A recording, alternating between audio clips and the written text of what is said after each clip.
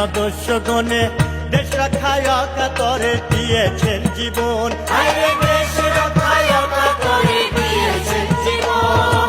পাক বাহিনী দেশে আইলো, দালাল চক্র সাথে লইল, আগুনে পুড়াইয়া মায়ের করছে নির্যাতন গো। আগুনে পুড়াইয়া মায়ের করছে নির্যাতন।